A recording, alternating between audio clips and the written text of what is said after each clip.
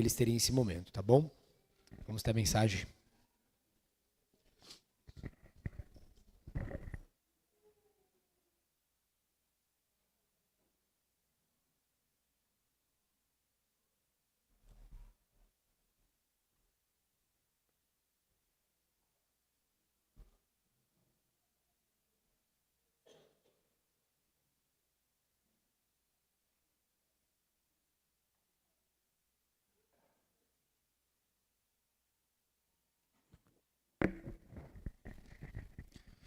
Bom dia, amada igreja. A voz não está tão boa, já garanti a minha água aqui. Mas a mensagem que o Senhor tem para nós, com certeza é uma mensagem boa. Vou convidar todos que abram comigo em João, capítulo 9, para a gente ler o versículo base que vai nos guiar na mensagem de hoje. João 9, 39. Diz assim: Disse Jesus, eu vim a este mundo para julgamento, a fim de que os cegos vejam e os que veem se tornem cegos. Vamos orar. Senhor Deus, Pai amado, Pai querido, de tanta bondade, tanto amor, agradecemos, ó Pai, pela oportunidade de neste momento estarmos aqui reunidos, prestando esse culto ao Senhor, ó Pai, e neste momento podemos receber essa mensagem do Senhor. Pedimos, ó Pai, que o Senhor nos guie, nos oriente, ó Pai, com a Tua palavra, nos encha do Teu Espírito, ó Pai, abra os nossos olhos e abra os nossos corações, ó Pai, porque o Senhor tiver preparado para nós hoje. Em nome de Jesus, nosso Senhor, que oramos. Amém.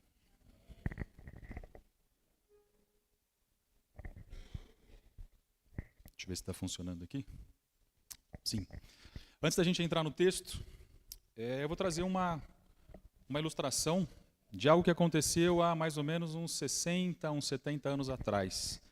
Não sei se vocês já ouviram falar deste personagem, que se chama Eli Cohen. O Eli Cohen, ele viveu ali por volta de uns 70 anos atrás. Ele era um judeu, descendente de judeus e de egípcios, ele tinha uma mistura. E por ele ter essa mistura, né, essa linhagem egípcia, trazia algumas características diferentes para ele. Ele tinha um ar, uma feição parecido com o árabe. Então, além disso, né, dessa feição, ele também tinha a linguagem muito fluente. Ele falava um árabe muito fluente. E ele era uma pessoa influente. Falava muito bem, ele chamava atenção por onde passava e ele transmitia confiança para as pessoas. E isso chamou a atenção da inteligência israelense. Então ele lá em Israel foi observado ali pela inteligência israelense e foi chamado a atenção. E a inteligência de Israel chamou ele e falou: tem uma missão para você. E só trazendo um contexto aqui, né? Naquele momento, né, por volta de 1960, a gente sabe que Israel está sempre envolvido em muitos conflitos, né, aquela região como um todo. E naquele momento, o principal conflito era de Israel com a Síria, e eles tinham uma disputa específica por um trecho ali chamado Colinas de Golã. E esse trecho era um trecho estratégico. Por que ele era um trecho estratégico? Porque ele era como se fosse um planalto alto que ficava na divisa dos dois países. Então, quem tinha o domínio dessa área tinha muito mais poder de ataque contra o seu inimigo. É muito mais fácil atacar para baixo, né, do que você atacar para cima. Então, quem estava na parte de cima tinha vantagem. E esse trecho, que era um trecho grande, ali as Colinas de Golã, era um trecho dominado 100% pela Síria, estava fortemente armada ali naquele trecho. E Israel tinha um plano e chamou Eli Cohen para poder participar desse plano. Então Eli Cohen foi treinado por alguns meses, recebeu uma identidade falsa e foi enviado inicialmente para a Argentina para poder construir essa identidade falsa. Então criaram ali como se ele fosse um empresário de muito sucesso, com muito dinheiro, levaram ele para a Argentina e lá ele foi apresentado como um empresário sírio de muito sucesso que havia saído do país para morar na Argentina. E chegando lá, ele fez muitas amizades, né, com todo o povo ali da Argentina, que era os sírios, né, os expatriados sírios. Ele se aproximou das pessoas, de pessoas influentes, e em pouco tempo ele conquistou a confiança daquelas pessoas que começaram a falar dele lá na Síria.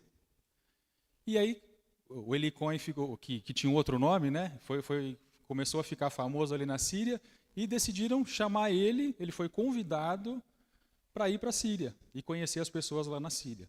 Ele aceitou esse convite, foi recebido ali com festas pela elite da cidade, pela elite política, e em muito pouco tempo ele estava amigo das pessoas que estavam à frente do país. Inclusive, um dos melhores amigos que ele fez lá se tornou o presidente da Síria. Ou seja, aquele plano que havia sido arquitetado estava funcionando. O Eli Cohen não foi descoberto e aquela influência dele funcionou a ponto dele agora ser amigo do presidente da Síria. Inclusive, esse presidente chegou a cogitar colocar ele como sendo o vice-ministro de segurança do país. O inimigo, que estava ali ao lado dele, foi cogitado a ser vice-ministro da segurança. E o que aconteceu foi que quando o Eli Cohen percebeu o momento adequado, ele viu que estavam fortificando cada vez mais essa região, porque eles iam fazer uma investida ali em Israel, né? Eles queriam atacar Israel, começaram a fortificar as colinas ali de Golã. O Eli Cohen, ele deu uma ideia, ele chegou no presidente e falou: eu tenho uma ideia, sabe o que a gente poderia fazer? As bases vão ficar muito expostas aqui nessas colinas, a gente poderia camuflar elas. E ele sugeriu que fossem plantados eucaliptos em cima dessas bases.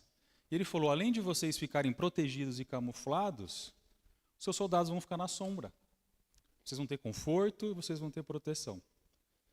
E o presidente ouviu, eles pensaram, gostaram da ideia e começaram a trabalhar nisso. E é interessante que uma ideia que parece boa, com o passar dos anos, esses eucaliptos cresceram, e essa ideia que parecia boa não foi tão boa assim. Israel, em 1967, partiu para uma ação militar em massa, recebeu informações ali do espião, e ela fez uma ação simultânea em vários lugares ao mesmo tempo, no Egito, em toda a volta ali, né? E quando chegou nas colinas, que era a região mais difícil de ser conquistada, em poucos minutos destruíram todas as bases inimigas. Como que eles conseguiram? O que será que aconteceu que eles conseguiram destruir todas as bases inimigas? Todos os locais estavam marcados com eucaliptos. Aquela ideia que foi implantada serviu para marcar todos os alvos e facilitar o ataque do inimigo. Ou seja, os sírios foram esmagados em pouquíssimo tempo, com uma ação muito rápida, porque os alvos estavam marcados. E essa ação triplicou o território de Israel em pouco tempo ali, é chamada de Guerra dos 6 Dias, se vocês depois quiserem pesquisar. Existem algumas versões das histórias, né? Essa é a versão mais conhecida, mas essa é uma história extremamente interessante que nos traz algumas lições. Quando a gente olha principalmente a forma como Israel se infiltra nos sírios e todo o plano que é criado nos traz algumas lições. Me impressiona muito a estratégia e todo o envolvimento que foi feito para que fosse alcançado esse objetivo. Quando a gente olha ali, né, para o Eli Cohen, esse intruso, que era o inimigo ali da Síria, ele não força a sua entrada na Síria, certo? Ele se prepara, ele se apresenta, se torna atrativo até o momento onde a própria Síria convida ele para dentro e chama ele para dentro. E ele é um inimigo paciente, né?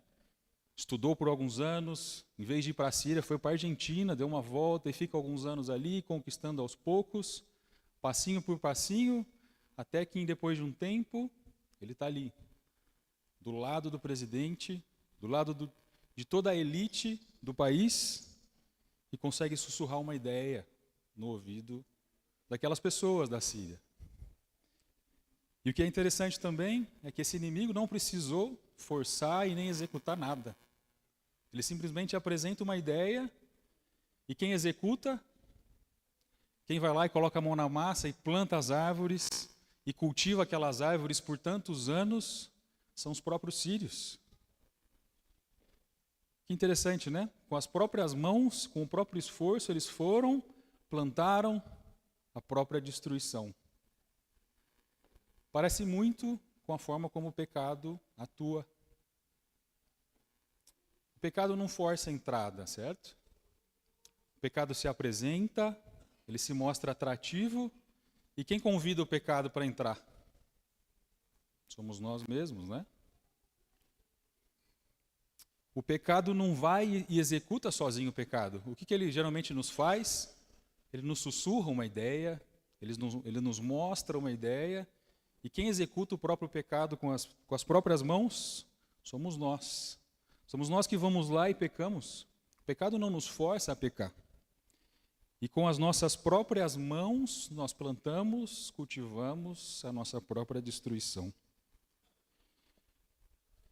A ideia da mensagem de hoje é falar um pouco sobre cegueira. E o que eu acho interessante é que por muitos e muitos anos, eu não sei aqui quantos, talvez uns 4, 5 anos, os sírios ficaram com aqueles eucaliptos plantados e cultivando aqueles eucaliptos, e eles não sabiam que eles estavam plantando a própria destruição. Eles estavam cegos. Eles não enxergavam que o que eles estavam fazendo, o que parecia ser uma coisa boa, na verdade, era o caminho que ia destruir e ia marcar a derrota deles. Esse tipo de cegueira, eu coloquei ali como a cegueira, o primeiro tipo de cegueira que é quando a gente não sabe que a gente é cego. Esse versículo de Provérbios ilustra bem esse tipo de cegueira que diz: há caminho, Provérbios 14, 12. Há caminho que parece reto ao homem, mas no final conduz à morte. Existem caminhos que parecem bons, parecem retos, mas mal sabemos que são caminhos que podem nos levar à morte. O pecado não nos convida a fazer o mal se apresentando como mal. O pecado nos confunde, né? O pecado mistura as coisas e nos cega ao ponto da gente fazer alguma coisa e achar que é uma coisa tranquila, achar que é uma coisa pequena, e de coisa pequena em coisa pequena as coisas vão aumentando, e de repente a gente está fazendo uma coisa muito errada e não percebe que está fazendo uma coisa errada e está plantando a própria destruição. Sabe aquela mentira que a gente usa todo dia? Aquela mentira pequena, que às vezes eu acho que eu estou fazendo bem se eu mentir, aqui eu estou ajudando aquela pessoa se eu fizer uma mentirinha pequena, e essa mentira pequena vai crescendo, e a gente chega num ponto de a gente ficar tão bom na mentira que a gente mente para a gente mesmo. E a gente acredita. Ou sabe aquela vontade de contar aquela coisa que você descobriu, aquela fofoca, e você não se aguenta, e você quer correr para contar, e você às vezes usa uma desculpa ali, né? Estou te contando isso, mas é porque eu quero que você me ajude a orar por essa pessoa, sabe?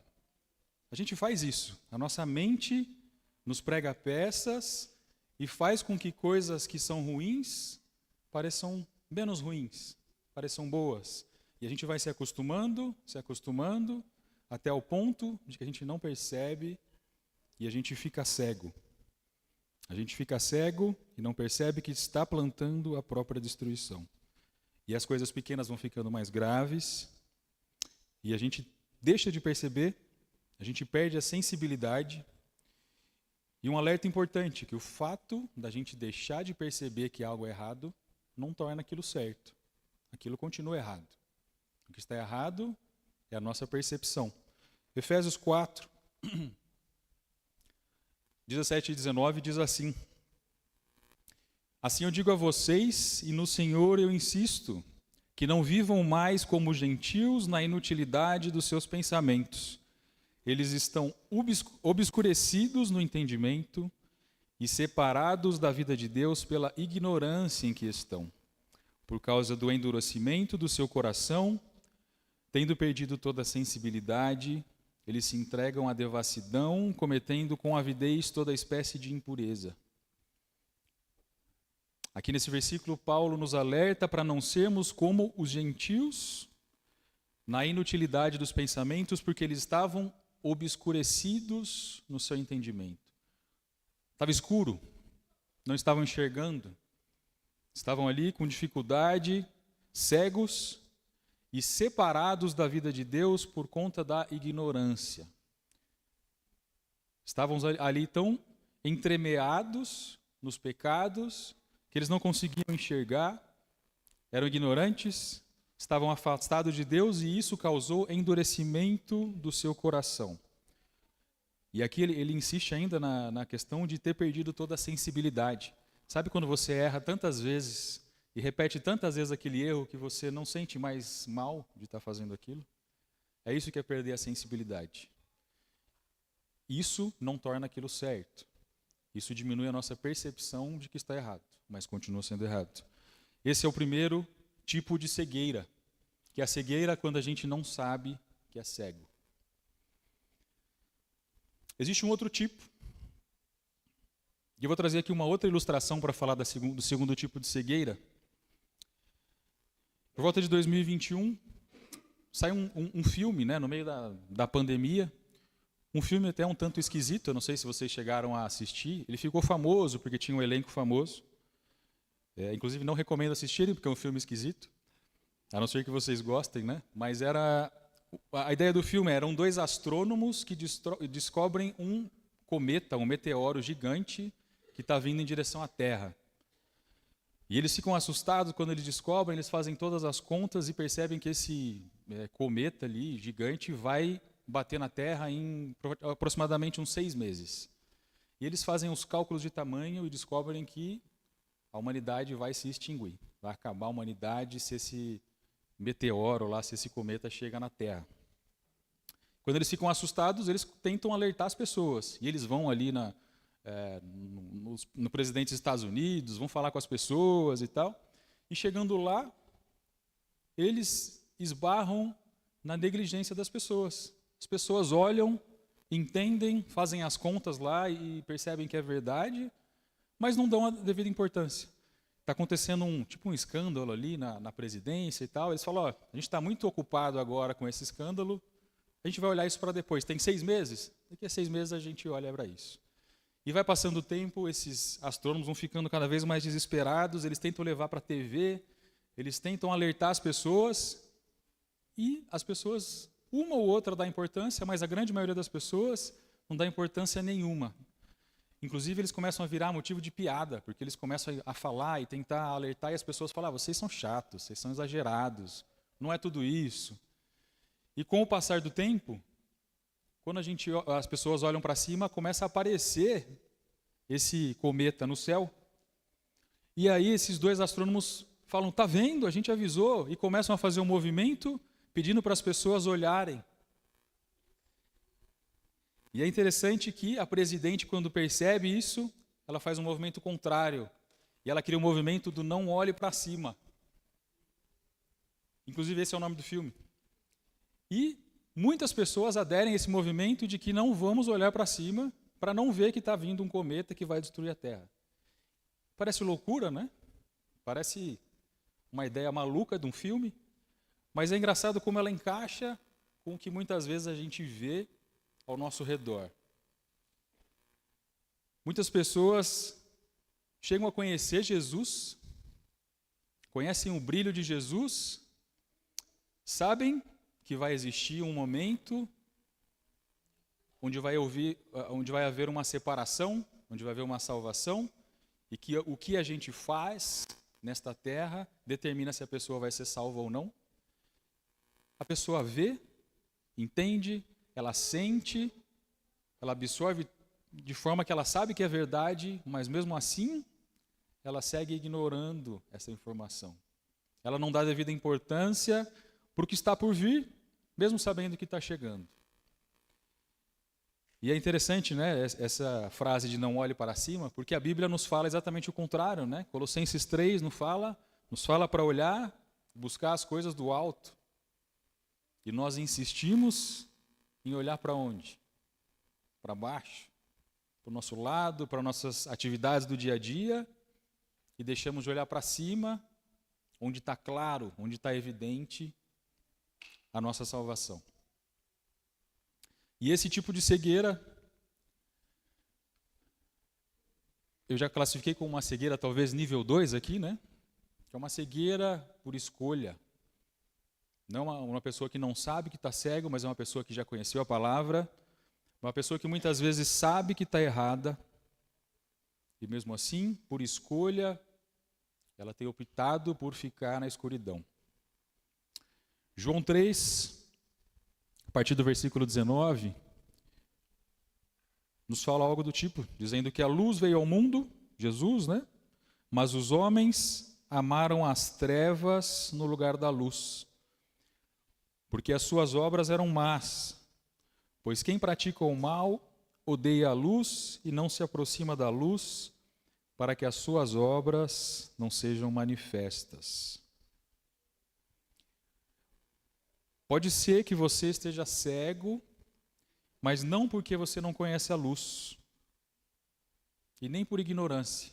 Talvez você esteja cego e você sabe que você está cego.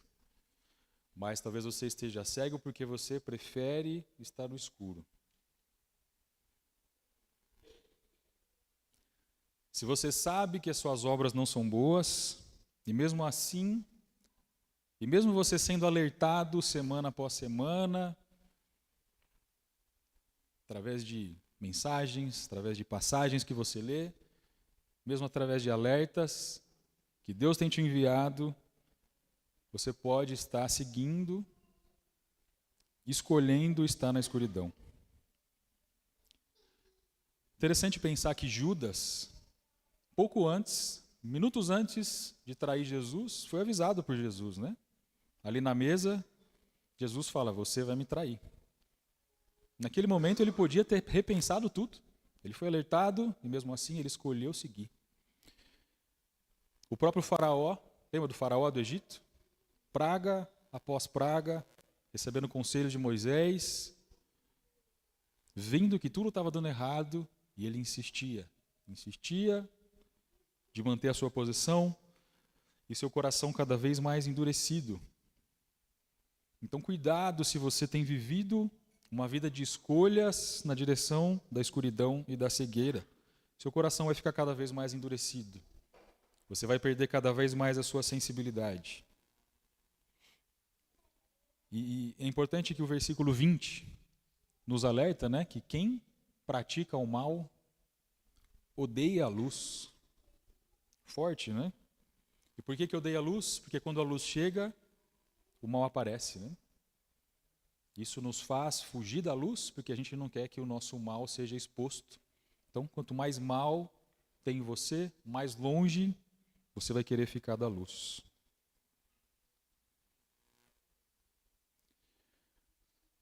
Falamos bastante de cegueira, agora eu quero falar um pouco sobre a abertura desses olhos, né? Se nossos olhos estão fechados,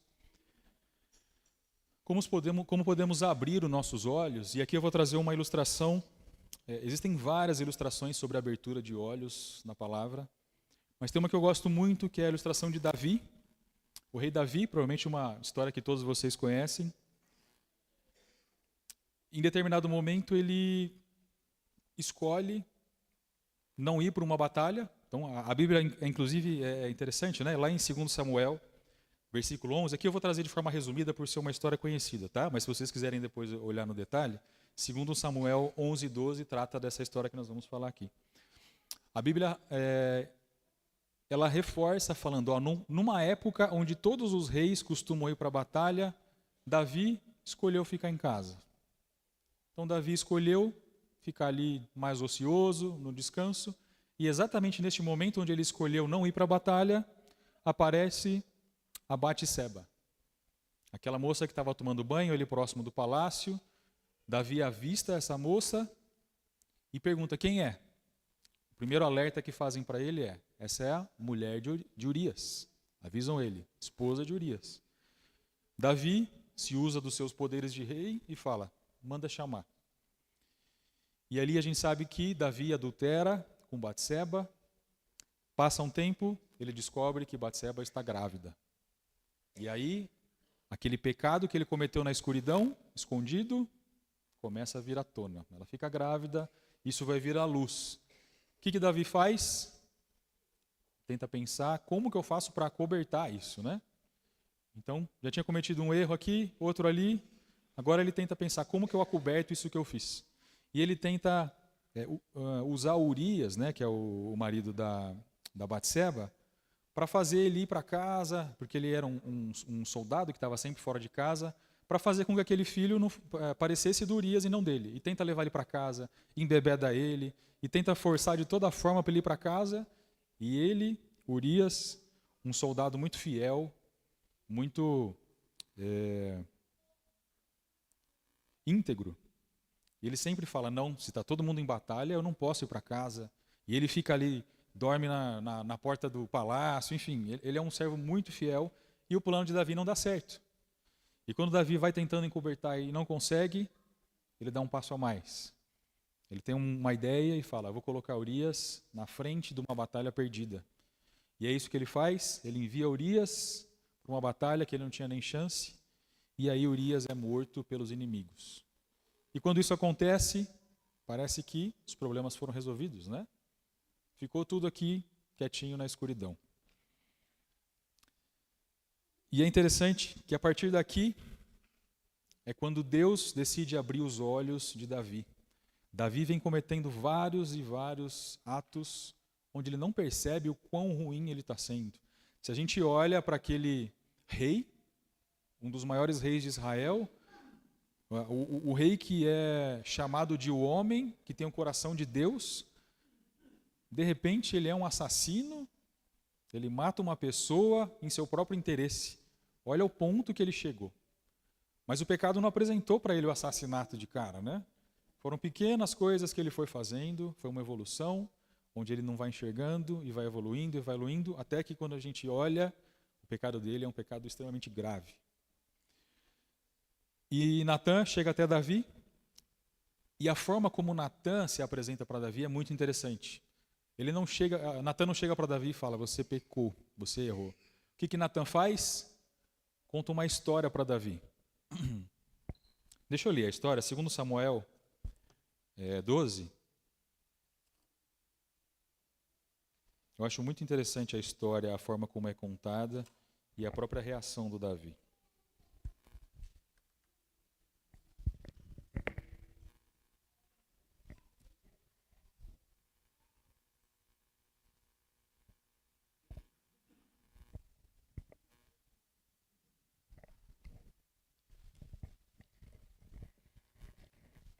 Deixa eu só achar aqui que esse eu não anotei. Aqui, 2 Samuel 12, versículo 4. Certo dia, um viajante chegou à casa do rico. Vamos ler desde o versículo 1, tá? E o Senhor enviou a Davi o profeta Natã. Ao chegar a ele, disse a Davi, 2 homens viviam numa cidade. Um era rico e o outro era pobre. O rico possuía muitas ovelhas e bois, mas o pobre nada tinha, senão uma cordeirinha que havia comprado. Ele a criou e ela cresceu com ele e os seus filhos. Ele comia junto dele, bebia do seu copo e até dormia nos seus braços. Era como uma filha para ele. Certo dia, um viajante chegou à casa do rico, mas ele não quis pegar uma das suas próprias ovelhas e dos seus bois para preparar uma refeição. Em vez disso, ele preparou para o visitante a cordeira que pertencia ao pobre. Ele foi, pegou aquela única cordeirinha que o pobre tinha. Então Davi encheu-se de ira com o homem e disse a Natã, juro pelo nome do Senhor que o homem que fez isso merece a morte. Deverá pagar 4 vezes o preço da cordeira, porquanto agiu sem misericórdia. E a frase do Natã, 3 palavras que desmontam Davi. Ela fala, você é este homem. Você é esse homem que foi lá e pegou a cordeirinha do Urias. Você tinha tudo, um rei, que não precisava de mais nada, e foi naquela pessoa e tomou o que ela tinha e matou. E quando Davi percebe o que ele fez, é instantâneo. Os olhos dele se abrem e ele fala, pequei contra o Senhor. Ele não tenta se justificar, ele não fica tentando pensar se dava para amenizar, se dava para cobertar, ele simplesmente abre os seus olhos e reconhece, pequei contra o Senhor. E a gente sabe que o registro do Salmo 51, que é um salmo pesado, triste, né? É o salmo que Davi escreve neste momento, onde ele fala: reconheço as minhas transgressões e o meu pecado está sempre diante de mim. E ele pede: Senhor, cria em mim um coração puro e renova dentro de mim um espírito inabalável. Uma transformação. Davi, que estava completamente cego, se afundando cada vez mais e indo cada vez mais longe nos seus pecados, tem os olhos abertos. E por que Davi conseguiu abrir os seus olhos? Será que se o Natan tivesse chegado e acusado, ele teria tido a mesma reação? É muito mais fácil a gente olhar o problema dos outros do que o nosso, né? A palavra nos alerta quanto a isso também, né? Não tem aquela a passagem que fala que é mais fácil eu enxergar eu quero falar do cisco no olho do meu irmão enquanto tem uma viga no meu.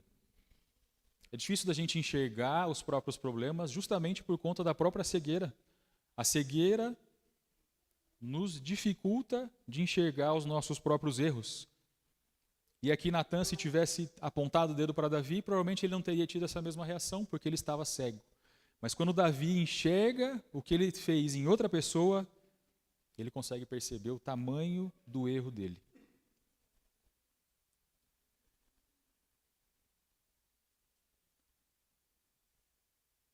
O que é interessante é perceber que a abertura de olhos, muitas vezes ela traz dor, né? Quando a gente fica muito tempo no escuro, não sei se vocês já fizeram essa experiência de ficar muito tempo no escuro e depois ir para uma luz forte.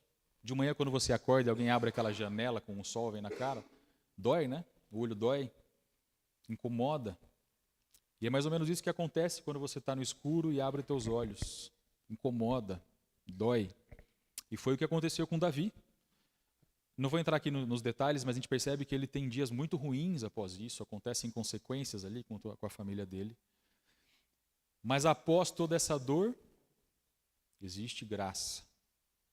Davi volta a ser um homem honrado e volta a ser um homem usado por Deus. Isso não acontece só com Davi. Temos outros exemplos na Bíblia. Um outro exemplo muito fácil da gente pensar é o exemplo de Saulo. Lembram de Saulo? Um homem que vinha cego, convicto, achando que estava servindo Deus de alguma forma. Jesus aparece para ele. E olha que interessante aqui, o que Jesus faz com ele? Deixa ele cego. E aí Saulo fica por alguns dias cego, pensando no que fez, entendendo toda aquela transformação que ele precisava ter. E a partir do momento onde ele entende que Jesus vai devolver a visão para ele, olha que interessante. Ao devolver a visão, caem como se fossem escamas do olho dele e ele volta a enxergar. Mas não é um volta a enxergar só físico, mas ele volta a enxergar, ele abre os olhos espirituais. E ele passa a entender o que ele precisa fazer dali para frente. A abertura de olhos, ela dói, ela exige sair do nosso conforto, do que nós estamos acostumados, mas essa abertura de olhos, ela é necessária para que a gente possa viver a graça que existe na sequência. Foi o que aconteceu com Davi, foi o que aconteceu com Paulo.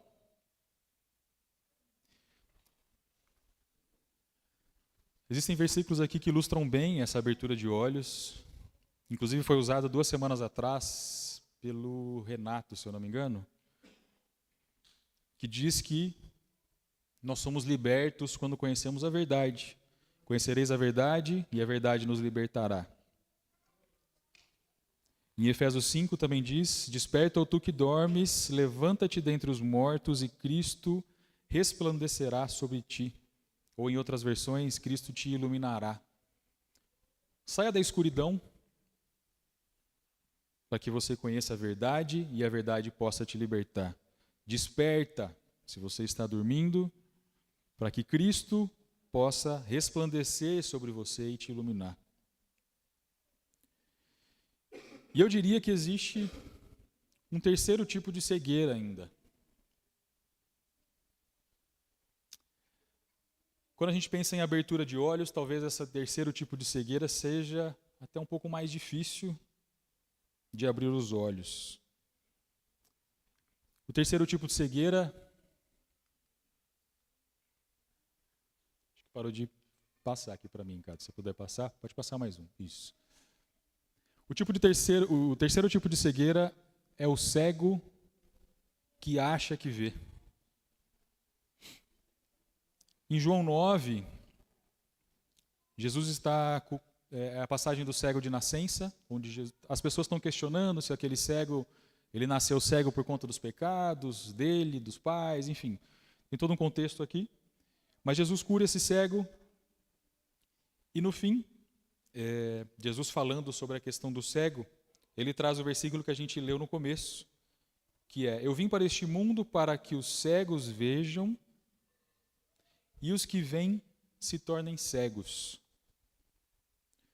Alguns fariseus estavam ali em volta, e ouviram o que Jesus disse, e eles se doeram e perguntaram: acaso nós somos cegos? E Jesus disse: se vocês fossem cegos, não seriam culpados de pecado. Mas agora que dizem que podem ver, a culpa de vocês permanece. Quando Jesus diz que ele vem para que os cegos vejam, talvez as pessoas que estavam em volta ali entenderam que era aquele cego físico, Eu vim para que os cegos físicos venham. Mas aqui Jesus está dizendo muito mais. Dizendo que ele era a luz, que ele vai trazer luz e aqueles cegos espirituais vão conseguir ver através dele. E quando ele diz que os que veem se tornam cegos, aqueles que achavam que viam eram os que menos viam. Por isso que os fariseus se doeram ali, Nós somos cegos?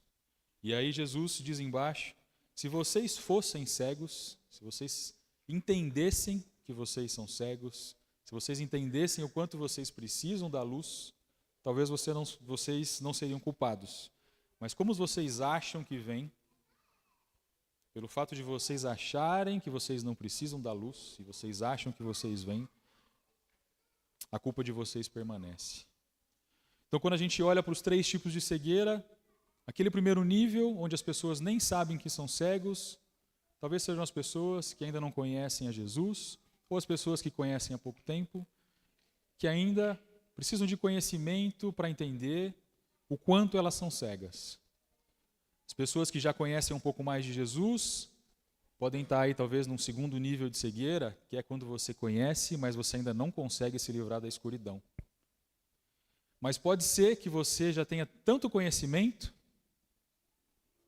que você já esteja com o orgulho tão inflado pelo que você conhece da palavra, e isso também pode te cegar.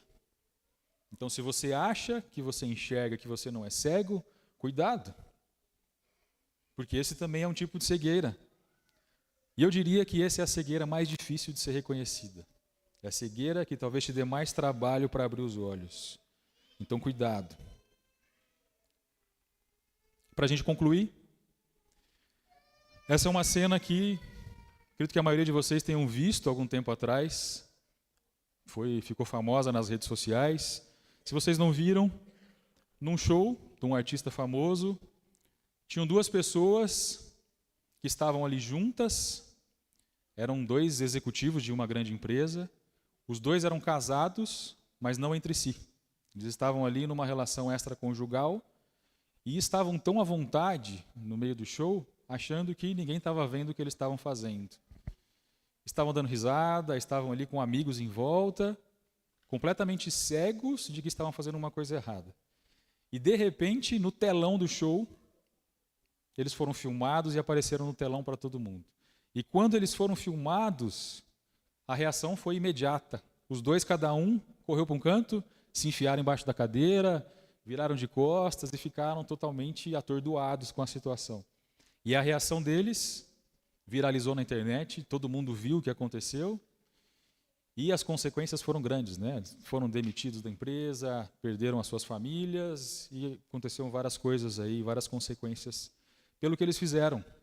Ou seja, estavam cegos, vivendo as suas vidas como se ninguém estivesse vendo, naquela falsa proteção, no meio do show, no meio de todo mundo, já acostumados, já ali perderam a sensibilidade de que estavam fazendo algo errado, Estavam ali, no meio de todo mundo. De repente, apareceram no telão. A gente sabe que a Bíblia fala que vai existir um telão definitivo, né? Não é essa a palavra que a Bíblia usa, mas existem alguns versículos que mostram que as coisas vão ser expostas, né? Hebreus 4:13 fala: não há criatura alguma encoberta diante dele, todas as coisas estão nuas e descobertas aos olhos daquele com quem temos de prestar contas. E Eclesiastes: porque Deus trará juízo a todas as obras, até as que estão ocultas, quer sejam boas, quer sejam más. Todos nós, um dia, vamos estar num tipo de telão, né? O que hoje é uma cegueira e que nós achamos que está oculto e escondido, assim como as bases estavam ali escondidas e camufladas embaixo dos eucaliptos, em algum momento nós podemos ser expostos se não abrirmos os nossos olhos. E muitos, né, se a gente olha o versículo, Mateus capítulo 7, versículo 22 e 23, muitos vão dizer naquele dia: Senhor, Senhor, não profetizamos no teu nome, não expulsamos demônios, realizamos milagres. Então lhes direi claramente: nunca os conheci, afastem-se de mim, vocês que praticam a iniquidade. Muitos vão seguir enganados até o dia do juízo. Portanto, a mensagem dessa manhã é um alerta para que a gente analise as nossas vidas, analise se os seus olhos não estão fechados, talvez por ignorância, por não saber que está cego, talvez porque você esteja escolhendo estar na escuridão, ou talvez porque você já esteja tão orgulhoso de conhecer o Senhor que você não percebe o quanto você ainda precisa dele. Então abra os teus olhos enquanto é tempo. E hoje ainda é tempo. Nós sabemos que hoje ainda há perdão, da mesma forma como Davi foi restaurado, da mesma forma como Saulo foi restaurado e se tornou Paulo. Jesus está de braços abertos, esperando para que você abra os teus olhos e fuja dessa cegueira espiritual. Eu tenho certeza que se você vive na escuridão, a partir do momento que você conhecer a luz de Jesus verdadeiramente, você sair daquela caverna, você sair daquele local ruim de escuridão, você nunca mais vai querer voltar. A partir do momento que você conhece a luz de Jesus, nunca mais você vai querer fechar os seus olhos novamente. Que Deus possa nos abençoar e nos ajudar nessa jornada, e nos ajudar a abrir todos os dias os nossos olhos espirituais para o Senhor. Vou fazer uma oração para encerrar, e na sequência estamos liberados, tá? Vamos fazer uma oração aqui para a gente poder encerrar. Senhor Deus, nosso Pai, Pai querido, te agradecemos, ó Deus, porque o Senhor nos permite sair deste mundo mal, ó Pai, de escuridão. O Senhor nos permite lidar, ó Pai, com as nossas dificuldades, nossas fraquezas, a nossa natureza, ó Pai, de pecados. E através de Jesus, podemos, ó Pai, ter luz. Obrigado porque Jesus veio para fazer com que os cegos enxerguem, ó Pai. Nos ajude a abrir nossos olhos, abrir nosso coração para a Tua palavra, para o Teu Espírito, ó Pai, que possamos cada dia nos esvaziar mais e mais de nós mesmos e nos encher, ó Pai, do Senhor e da Tua luz. E que essa luz não fique somente em nós, mas que essa luz possa ser refletida, ó Pai, para as pessoas ao nosso redor, e que a Sua palavra e o Teu Evangelho sejam levados, ó Pai, de casa em casa, nas nossas famílias, nos nossos locais de trabalho, em tudo o que fizermos, que possamos, ó Pai, refletir o Senhor. Pedimos que o Senhor receba este culto de adoração, ó Pai, e que possamos a cada domingo, a cada dia, melhorar e estarmos mais dentro, ó Pai, da Tua palavra, mais dentro, ó Pai, da Tua vontade para nossas vidas. E em nome dele, nosso Senhor Jesus, é que oramos. Amém. O culto está encerrado. Se vocês quiserem ter um café aqui na lateral, e logo teremos, daqui uns 15 minutos, talvez um pouquinho menos, a aula dominical. Fique à vontade.